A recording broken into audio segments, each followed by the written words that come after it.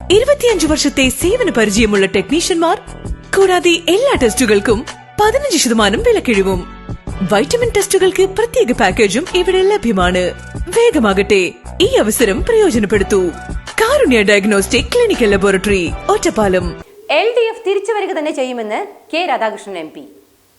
UDF സർക്കാരിന് ജനങ്ങൾ ഉണ്ടാക്കിക്കൊടുത്ത നേട്ടങ്ങൾ നിലനിർത്താൻ സാധിക്കുമെന്ന സംശയമുണ്ടെന്ന് Alathur MP K Radhakrishnan. UDF നൽകിയ വാഗ്ദാനങ്ങളൊന്നും നടപ്പിലാക്കാനുള്ളതല്ല എന്ന് തെളിയിക്കപ്പെടുമെന്നും LDFന് തിരിച്ചടി ഉണ്ടായെങ്കിലും തിരിച്ചുവരുമെന്നും അദ്ദേഹം പറഞ്ഞു.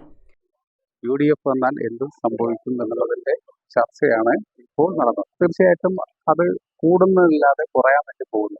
ജനങ്ങൾക്ക് ഉണ്ടാക്കി കൊടുത്ത നേട്ടങ്ങൾ നിലനിർത്താൻ കഴിയുമെന്നുള്ള സംശയം അതുകൊണ്ട് തന്നെയാണ് നമ്മൾ കരുതുന്നത്. പിള്ളയായ ഒരുപാട് വാഗ്ദാനങ്ങൾ അതൊന്നും നടപ്പിലാക്കാൻ വേണ്ടിയുള്ളതല്ല, വാഗ്ദാനത്തിന് വേണ്ടി മാത്രമുള്ളതായിരുന്നുവെന്ന് തീർച്ചയായിട്ടും തെളിയിക്കപ്പെടാൻ വേണ്ടി. ഇടതുപക്ഷ ജനാധിപത്യ മുന്നണി അങ്ങനെയല്ല, വാഗ്ദാനം നൽകി നടപ്പിലാക്കാനുള്ളതാണെന്ന് 10 വർഷക്കാലം തെളിയിച്ചു. തീർച്ചയായിട്ടും ഇടതുപക്ഷ ജനാധിപത്യ മുന്നണിക്ക് താൽക്കാലികമായുള്ള തിരിച്ചടി നേരിട്ടെങ്കിലും ഇതെല്ലാം ജനങ്ങൾ നല്ലപോലെ തിരിച്ചറിഞ്ഞുകൊണ്ട് തിരിച്ചുവരവ് നടത്തുന്നതെന്ന കാര്യത്തിൽ യാതൊരു സംശയവും.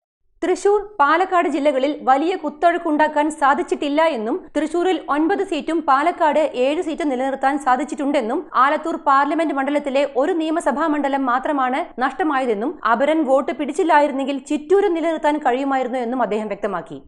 തൃശ്ശൂര് 13 സീറ്റിൽ 9 സീറ്റ് ഇടതുപക്ഷ ജനാധിപത്യ മുന്നണിക്ക് ലഭിച്ചു.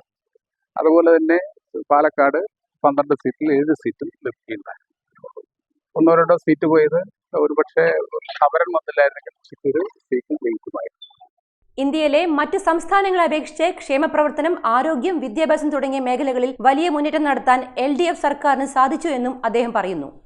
ഇതുപോലെ നാട്ടിലെ എല്ലാ മേഖലയിലും വികസനം ഉണ്ടായ സ്ഥലം നമുക്ക് ഇന്ത്യയിൽ കാണിക്കാൻ പറ്റും.